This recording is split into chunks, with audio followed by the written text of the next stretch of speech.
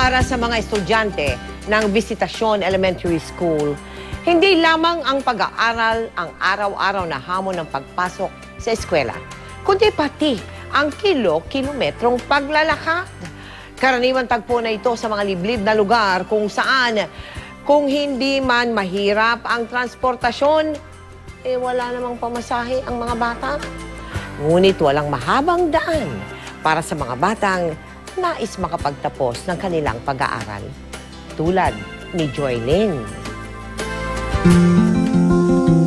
Maaga pa lamang, naghahanda ng pumasok si Joylyn at ang kapatid na si Joren. Mahaba-habang lakaran kasi ang kailangan nilang tahakin para marating ang kanilang paaralan.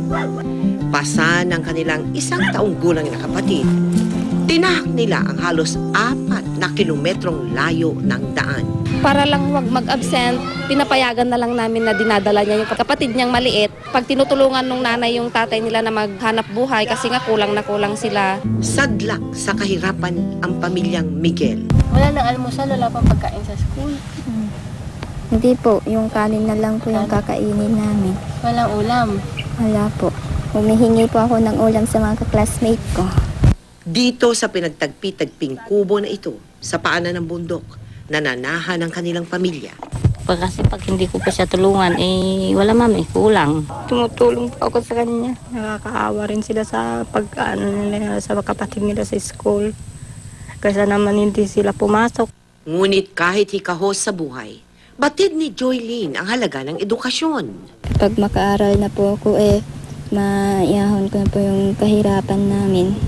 Ilan lamang ang magkapatid sa 3,000 bata na ating hinandugan ng regalo sa ating Give a Gift alay sa Batang Pinoy Christmas Project sa Cagayan.